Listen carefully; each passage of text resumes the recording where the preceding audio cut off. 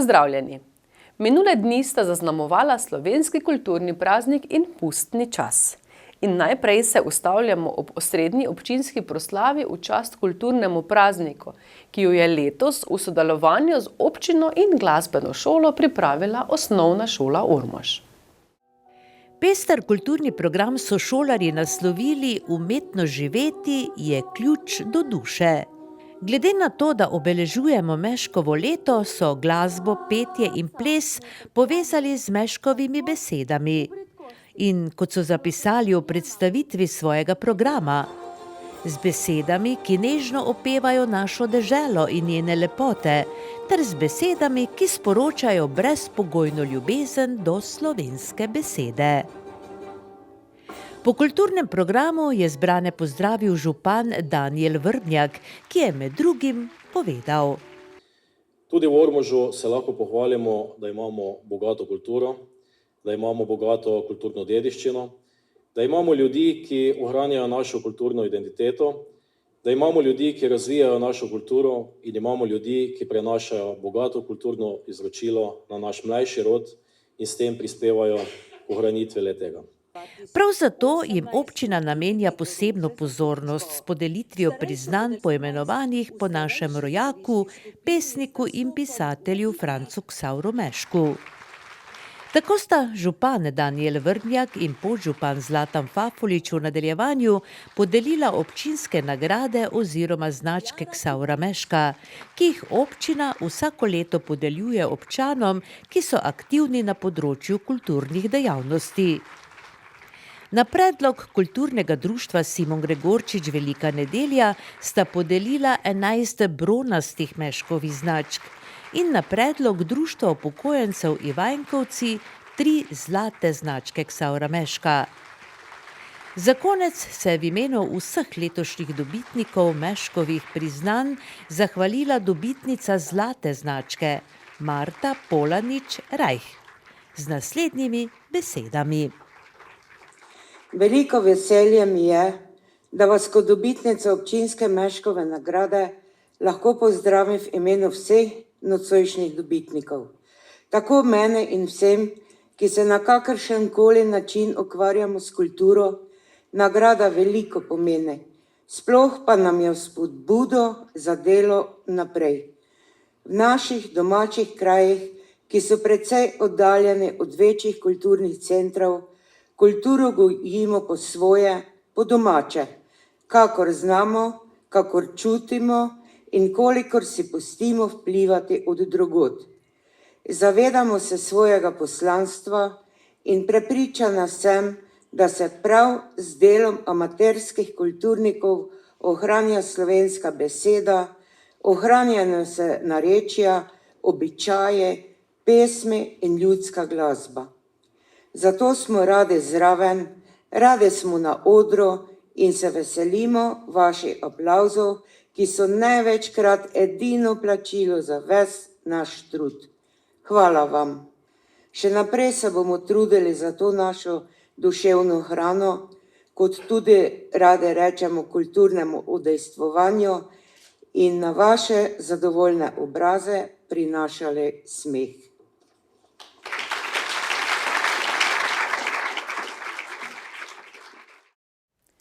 V okviru dogodkov v letošnjem Meškovem letu, ki so posvečeni 150-letnici rojstva in 60-letnici smrti duhovnika, pisatelja, pesnika in dramatika ter domoljuba Franca Ksavra Meška, sta Pokrajinski muzej Ptuj-Ormož in knjižnica Franca Ksavra Meška ob slovenskem kulturnem prazniku odprla razstavo z naslovom Iz srca in sveta, kot je naslov Meškove pesniške zbirke iz leta 1945.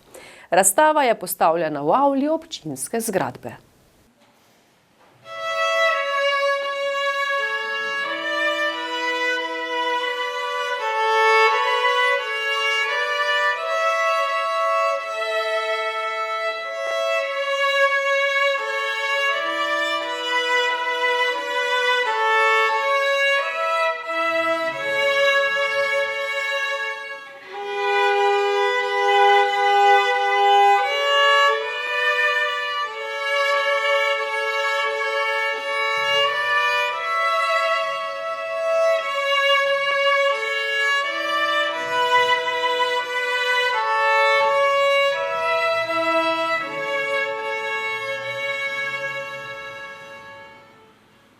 Otvoritev razstave, ki je posvečena našemu rojaku, duhovniku, pisatelju, pesniku in dramatiku ter domoljubu Francu Ksavru Mešku, rojenim pred 150 leti v Zgornjih Ključarovcih, je bila na dan slovenskega kulturnega praznika.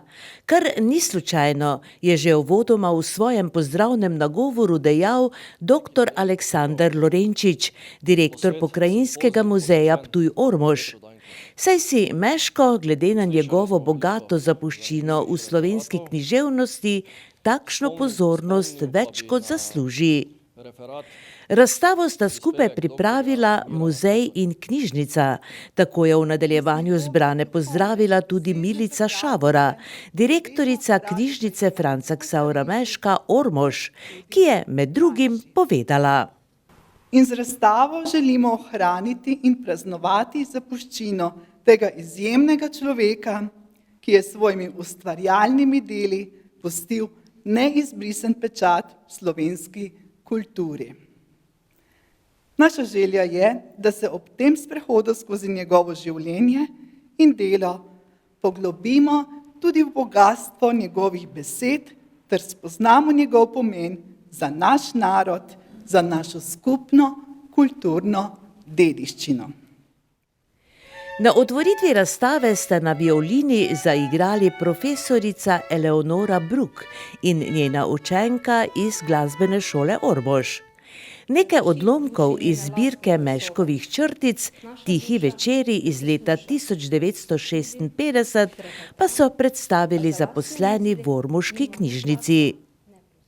Življenje in delo Ksavra Meška je predstavila bibliotekarka Marijana Korotaj, razstavno gradivo pa etnologinja Nevenka Korpič. Njegove knjige so v visokih nakladah izhajale predvsem pri Slovenski matici in Mohorjevi družbi. Ker je živel skoraj 90 let, 89, je kot pisatelj šel skozi več obdobij, od realizma in naturalizma vse do simbolizma in velja za najpomembnejšega sodobnika slovenske moderne. Poznavalci njegove literature ga označujejo za spregledan biser slovenske književnosti.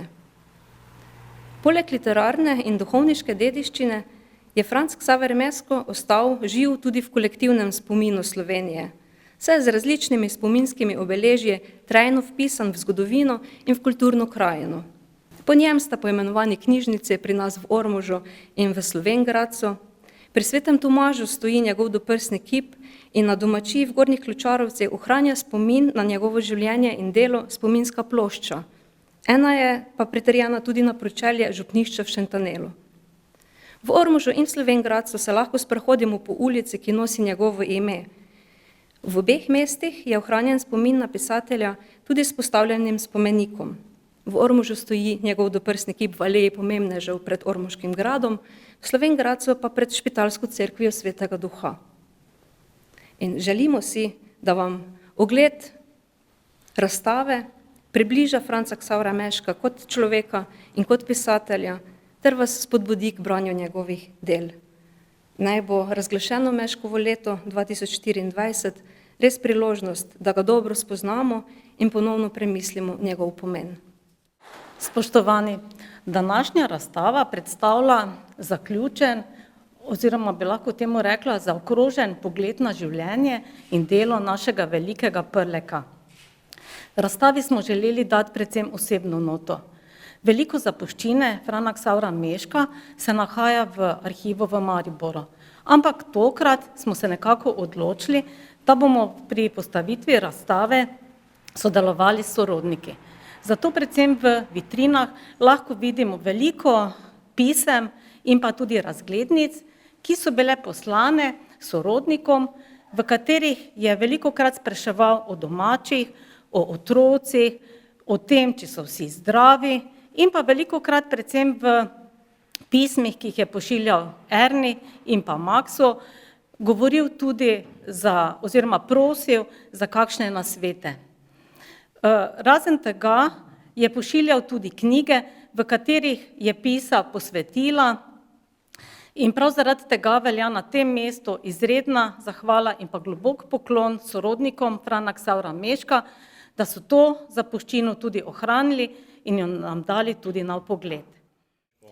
Razstavo je odprl župan občine Ormož Danijel Vrbnjak, ki se je zahvalil vsem, ki so razstavo pripravili in vsem, ki bodo Meškovo leto obeležili tudi z naslednjimi dogodki v teku leta.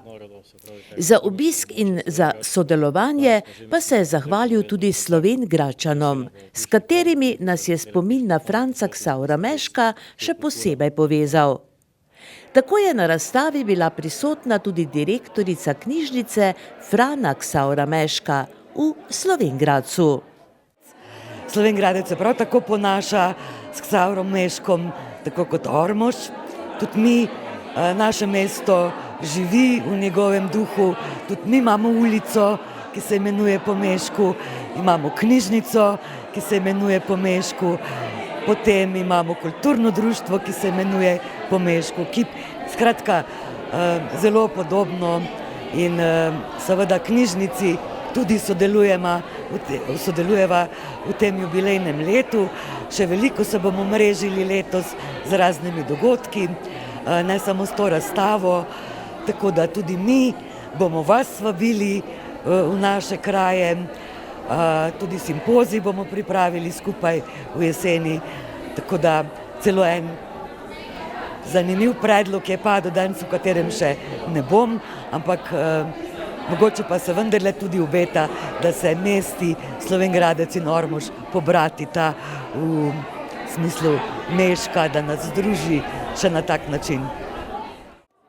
Na razstavi je bilo tudi kar nekaj obiskovalcev, ki so Meškovi sorodniki. Mateja, tudi po vaših žilah se pretaka Meškova kri, kaj ne? Tako je, zelo sem ponosna na svoje korenine, na svoj rod, na našo oziroma Meškovo zapuščino, ki jo poskušam v tem letu še posebej prenesti tudi v razrede med učence, tako da bomo v tem šolskem letu veliko delali tudi na to temo. Predvsem pa bi želela izpostaviti to njegovo skromnost in hvaležnost, in ta dva pojma sta mi nekako zelo, zelo pri srcu. No, verjamem, da vam to delo ne bo težko, ne? Da boste torej z vsem srcu posredovali tudi svoje znanje o tem svojem prastricu, ne? Tako, veliko dogodkov še nas čaka. Kot šola in tudi jaz osebno se bom angažirala v največji moči, da predstavimo njegova dela, njegovo miselnost, njegovo filozofijo življenja, ki je bila res nekaj izjemnega in posebnega, in to so vrednote, ki jih je treba nekako prenesti na mlada srca, bi rekel tudi on.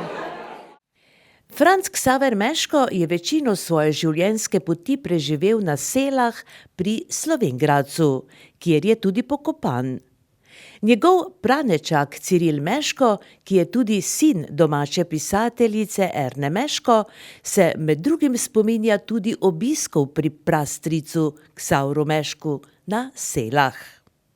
Moj dedek Anton Meško, deželni poslanec na Dunaju za časa Avstro-Ogrske, so bili najstarejši brat vseh Meškovih 5 fantov in ene dekline, Micike. In tako so oni, moj prastric, jaz pa jih pranečak, po sorodstveni vezi. Sem pa to, da zdaj, ki je to bi prilika, da povem, da sem kot 5-letni otrok spoznal mojega starega strica, ki so naša mamika organizirali izlet tovornjakov od vinarske zadruge Ormož in smo se peljali na Sele. In stric Ksaver v njihovi skromnosti so se nam skrili. Ja, skrili, odišli so doj v Sadovjok pod Farofom, no potem čez čas so te prišli nazaj in te vem, kaj moj brat Max, ki je tudi bil politično zelo aktiven, je recitiral njihovo pesem. Stol so prinesli, mali je gor stopa, pa je začela, jaz bom pa kmet, bom polje oral, vse preoral, z mogočno roko, konja bom vodil in tako dalje. No in te vem, kako smo se mi, se spotim, ker je to bilo po vojni, Jaz kak mali pokavec sem si najbolj zapunal nemške avte ob cesti, ki je to Wehrmacht pustil, neko so Nemci umikali. No, to je bilo to prvo srečanje, drugič pa me moja sestra gnala te vse bratrance na Uršlo goro. Zamislite, bila je 13 let stara in ona si je podsobila 8 bratroncev gnati na Uršlo goro. Ja pa bija 7 let star, pa sem imel svinjska šolje, pa so me oglodali in sem šel z vrha Uršle gore 5 ur do Slovengradca po kamiji bos. Ja, in to moram še tudi spomin bija, te pa smo zajšli malo, pa sem rekla, Benjamina, naša načitana sestra, strašno. Benjamina, tu je pisalo Slovengradec, kaj ti šmrklavec veš? Te pa mi odišli v Kotle na mesto na Sele. To je tako, da bi šel na mesto na Hum k Tomoši, ne? Šmrklavec mi je prav. Ja, in tako, no in te, ki smo te bili pri Sici Ksavri, smo šli doj od cerkvice, stalno so nas spremljali s pogledom in vsak je dobil svoj kuvert, te pa kak smo jih več ni videli, mi pa tam v Sadovjok, tako je kuverte vnali, te pa takšni penezi notri ne, oni so vse razdajali. Moram pa ob tej priliki, to ten čudovitem jubileji, pa ob tej čudoviti razstavi, ki so pripravili, pa proslavi včerajšnji in tako dalje, povedati, da sem jaz spoznal gospo Milko Prošt, ki je bila medicinska sestra v bolnišnici Slovengradec, ko je gospodu Meško, mojemu prastricu Ksavro, zaprla oči. Razstava, ki odstira življenje in delo Franca Ksavra Meška, bo v avli občinske zgradbe v Ormožu na ogled do 10. maja. 2 dni pred slovenskim kulturnim praznikom so avtorji v sodelovanju s Pokrajinskim muzejem Ptuj-Ormož odprli tudi razstavo z naslovom Vino na meji oziroma Vino na granici. Gre za potujočo razstavo, ki je nastala v sodelovanju 3 slovenskih in 3 hrvaških državnih arhivov in predstavlja edinstven primer sodelovanja arhivov v širši regiji. Razstava Vino na meji je posvečena vinu, ki je kulturno močno povezano z zemljo in ljudmi v regiji. Tako na slovenski kot na hrvaški strani meje pridelujemo in konzumiramo zelo podobno vino, kar je zagotovo rezultat skupnega zgodovinskega izročila, pa tudi sodobnih trendov. Znano je, da gre za zelo odmevno razstavo, ki je gostovala že na več lokacijah, tako da še razlog več, da smo toliko bolj veseli, da jo bodo obiskovalci iz ormoškega območja in tudi širše imeli možnost si ogledati. Kar zadeva to razstavo, sam vidim dodano vrednost in sporočilnost ne samo v sami tematiki in vsebini razstave, slednja je seveda lastna tudi temu območju in širše, govorim o vinu in vinski tematiki. Še bolj pomembna se mi zdi sporočilnost v smislu povezovanja. Razstava Vino na meji je namreč rezultat skupnega dela 3 slovenskih arhivov. Zgodovinski arhiv na Ptuju, Pokrajinski arhiv Maribor, Zgodovinski arhiv Celje ter 3 hrvaških, Državni arhiv za Međimurje, Državni arhiv v Varaždinu, Državni arhiv v Zagrebu. Koncept pripovedi projekta sledi poglavjem, katere je navdihnila pesem kantavtorja Tomaža Pengova, Rodovnik vina. Poglavja nizanja arhivskega gradiva sledijo tematikam od obdelave zemlje, vinogradov, kletarjenja do prodaje in konzuma vina. Poglavja, ki sledijo verzom pesmi, so deloma prilagojena, včasih razširjena, kot ob koncu vezano tudi na negativne posledice pitja alkohola. S tem bi kontekst promocije vinske kulture radi razširili v raznolike družbene učinke in odprli polje razumevanja vinske kulture, saj se slednja, vsaj skozi arhivsko gradivo, nikoli ne konča le pri prodaji ali spremljavi vina v gastronomiji. Sodelujoči v projektu so pripravili slikovno bogat katalog v obsegu 144 strani. Sama razstava pa na ogled prinaša arhivsko gradivo kar na 20 panojih. Predstavljeno gradivo na razstavi obsega okrog 150 posameznih kosov arhivskega gradiva, vse od starih srednjeveških listin do najnovejšega. Od najstarejšega predstavljenega vira publikacij je tako preteklo že skoraj 600 let, gre za listino iz leta 1436. Upamo si tudi trditi, da je velika večina predstavljenega gradiva tudi poznavalcem še nepoznana in je tudi tukaj prvič javno objavljena. Vsebino gradimo torej na našem poslanstvu, saj je temelj javne arhivske službe zbirati, hraniti in predstavljati arhivsko gradivo. V nadaljevanju je vsebino razstave podrobno predstavila Ana Tuk iz Zgodovinskega arhiva v Varaždinu in pojasnila, da razstava Vino na meji prinaša vpogled v zgodovino pridelave vina z območij Prekmurja in dela Štajerske, Medžimurja, Zagorja in Posavine okrog Zagreba.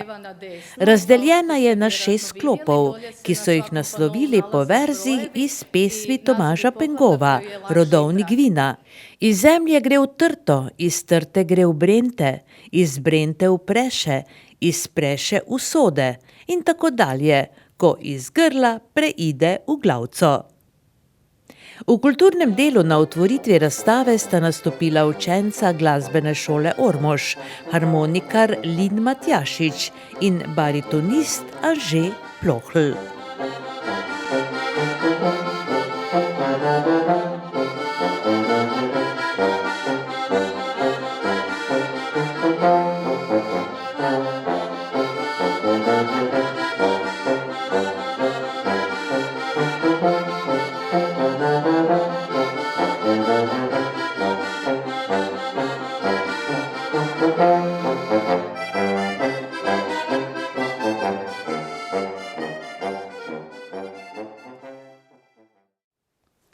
Čas je tak, da ne moremo mimo domačih pustnih povork, ki so nas razveseljevale tod okrog.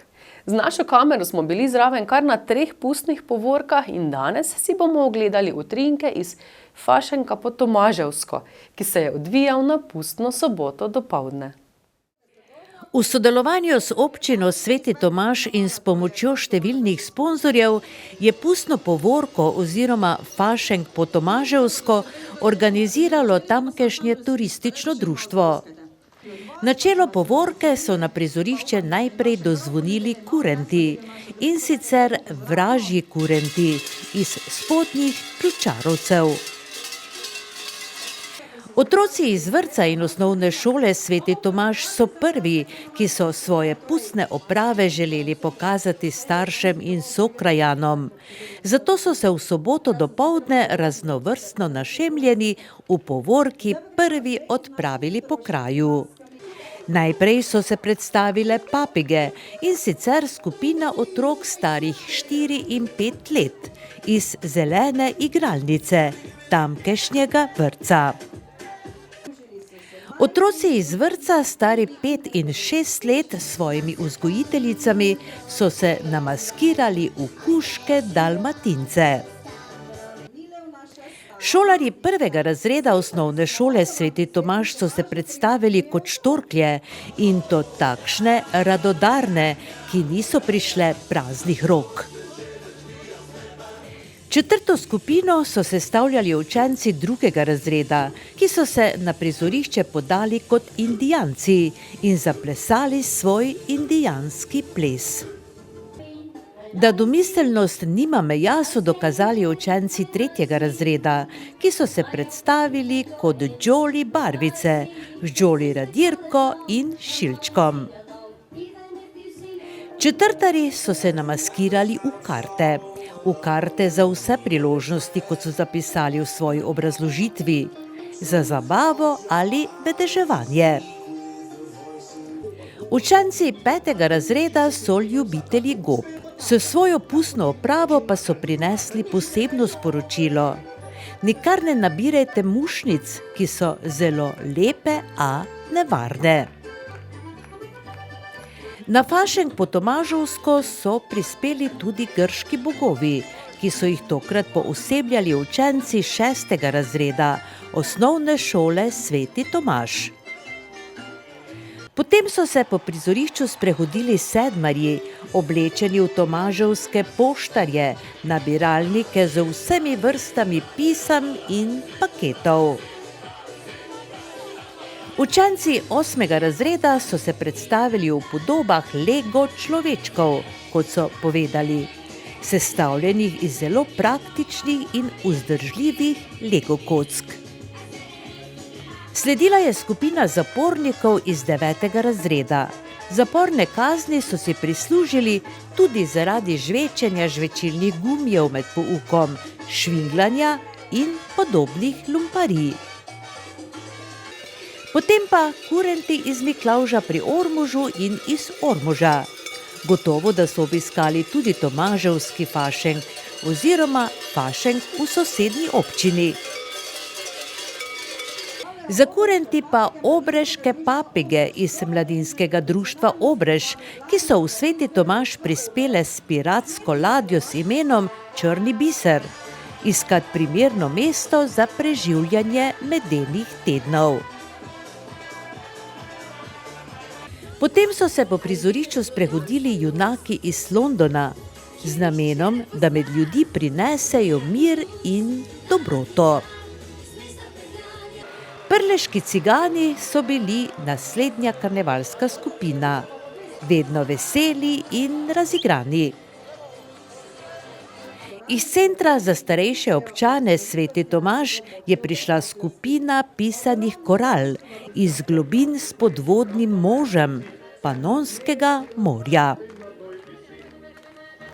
Savci gradnje d.o.o. se je poimenovala skupina, ki pa je predstavljala podjetje, ki zaposluje delavce vseh vrst narodnosti in ponuja izobraževanja in tudi njihovo tradicionalno prehrano ter seveda primerno plačo.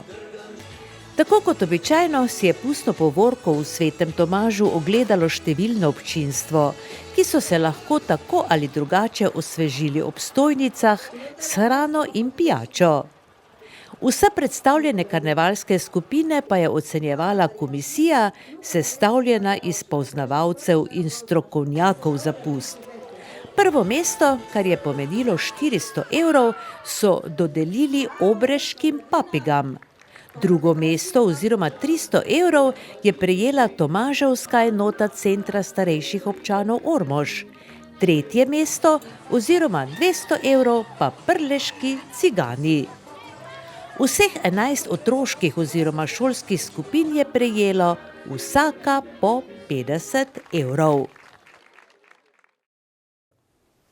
Tudi na športnem področju se je minule dni veliko dogajalo.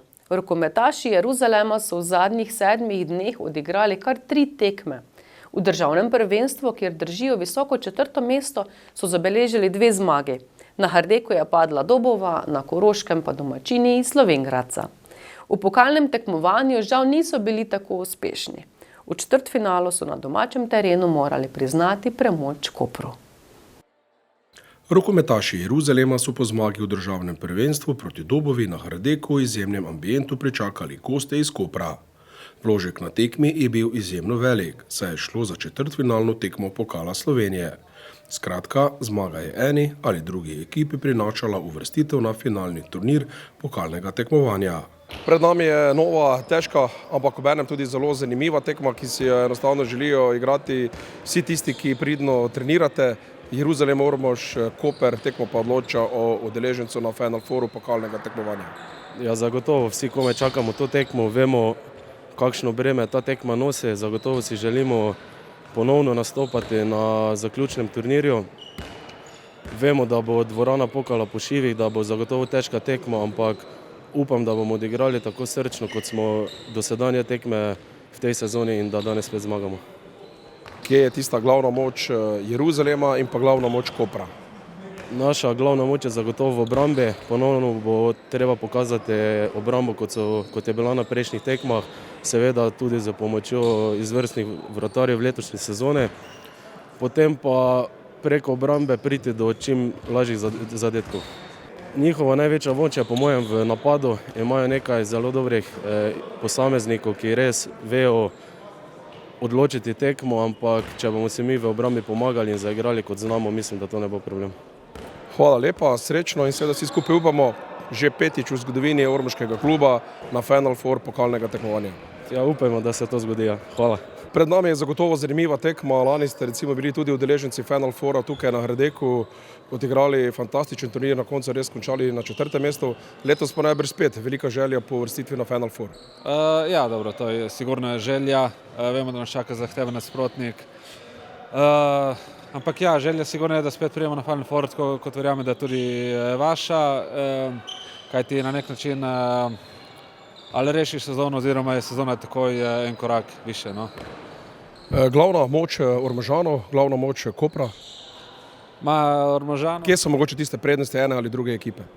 Ja, sigurno imate vi prednost, da je domač teren, imate zelo dobre navijače, super vzdušje, imate ekipo, ki je zelo povezana, po drugi strani pa pač imamo tudi mi svoje adute, vsega sicer ne smemo izzati pred tekmo, ampak ja, pač hitra igra, upam, da no. Ja, upamo na eno krasno rokometno predstavo, pa naj zmaga boljši. Ja, se strinjam z vami. Hvala.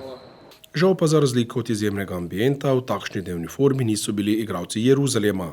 Po zelo dolgem času smo videli eno slabo predstavo domače ekipe, ki je zatajila na vseh področjih.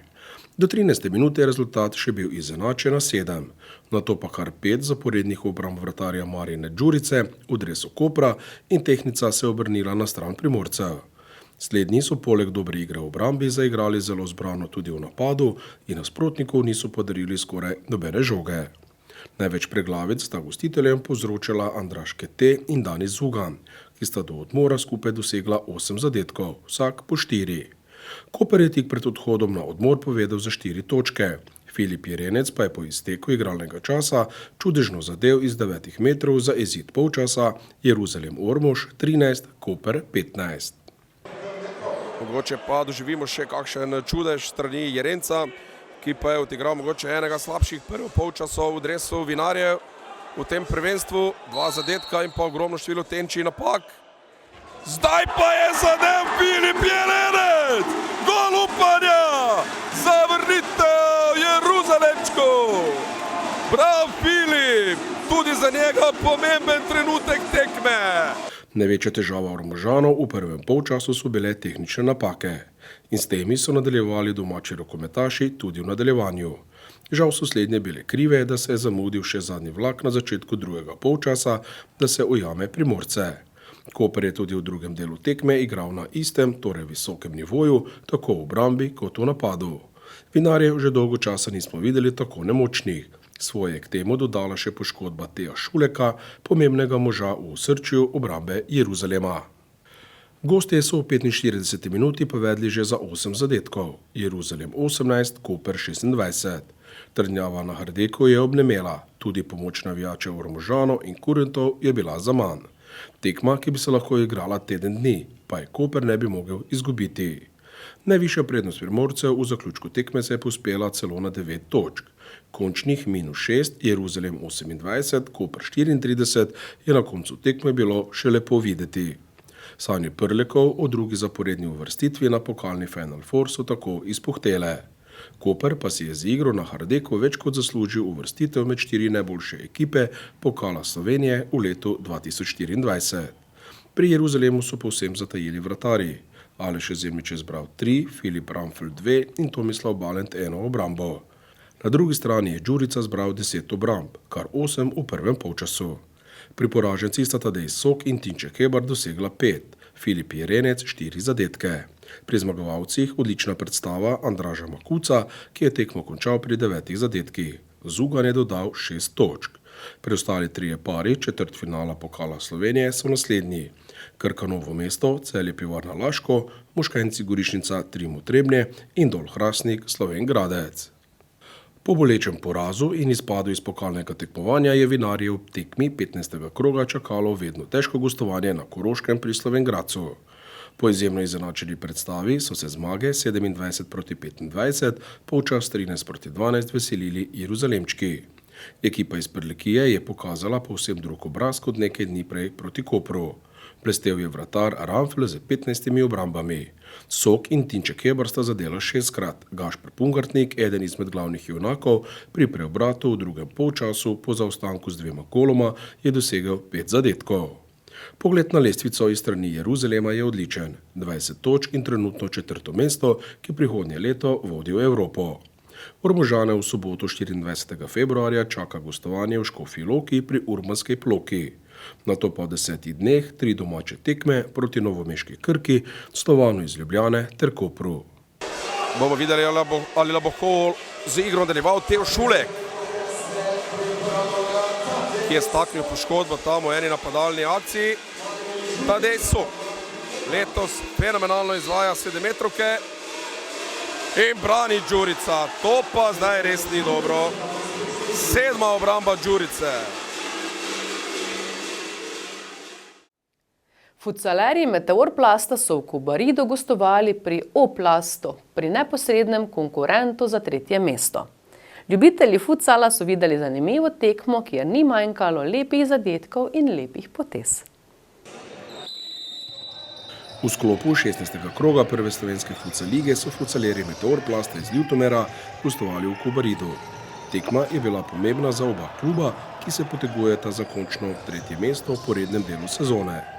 O-Plast je povedal v 12. minuti, ko je izkoristil napako gostujoče obrambe. Kapetan Meteorplasta Matic Koznik je pozabil na strelca Marka Mohriča, ki je izkoristil močno podajo Tineta Šturma na drugo vratnico, vratar Tjaž Lorenčič je bil nemočen. Do odmora se mreži Meteorov in O-Plasta več nista zatresli.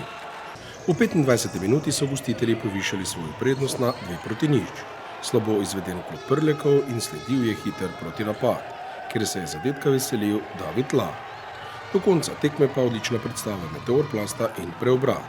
Le tega je pričel z golom iz prostega strela Ivan Matan, ki je natančno meril s svojo levico iz razdalje skoraj 15 metrov. Za izenačenje na 2-2 je poskrbel Rok Šnofel. Odlično preigravanje na levi strani in natančen strel iz 10 metrov v kratek kot vratarja Nika Logarja. V 37. minuti prvo vodstvo gostov. Napaka domačih na sredini igrišča, ki jo je s pridom izkoristil Šnofel za svoj drugi zadetek na tekmi in za vodstvo Meteorplasta s 3-2. V 40. minuti pa še tretji zadetek na tekmi Šnofla. Gostitelji so se na vse kriplje trudili izenačiti in za tem namenom so zaigrali z vratarjem v polju. Nec Kovačič je prevzel vlogo vratarja v polju in naredil usodno napako, ki jo je v gol in zmago 4-2 spremenil Šnofel. Na preostalih tekmah so bili doseženi naslednji rezultati. Brom Škofije Siliko Vrhnika 1-3, Ekstrem Sodražica Dobovec 1-4 in Sevnica Dobre Polje presenečenje 3-5 zmaga gostov. Na lestvici vodi Siliko s 43 točkami, eno več od Dobovca, ki je zbral 42 točk. Meteorplast je tretji in pri 25 točkah. Najbližja zasledovalca Ljutomerčanom sta Sevnica, ki je pri 22 točkah, ter O-Plast, ki je pri 19 točkah. V 17. krogu v petek 16. februarja ob 20:30 v Ljutomer prihaja zasedba Sevnice. Tekma bo tokrat odigrana na osnovni šoli Ivana Cankarja v Ljutomeru. Toliko za danes. Čeprav še to zdaleč ni bilo vse, kar se je dogajalo minule dni, tako da se nam le še pridružite v prihodnjih oddajah. Pripravljamo še utrinke s proslav ob kulturnem prazniku v Ivankovcih in Svetem Tomažu, ter seveda utrinke spustnih povork v Ormožu in Središču ob Dravi. Pa seveda še kaj. Hvala za pozornost in vabljanje v našo družbo tudi prihodnji teden. Srečno!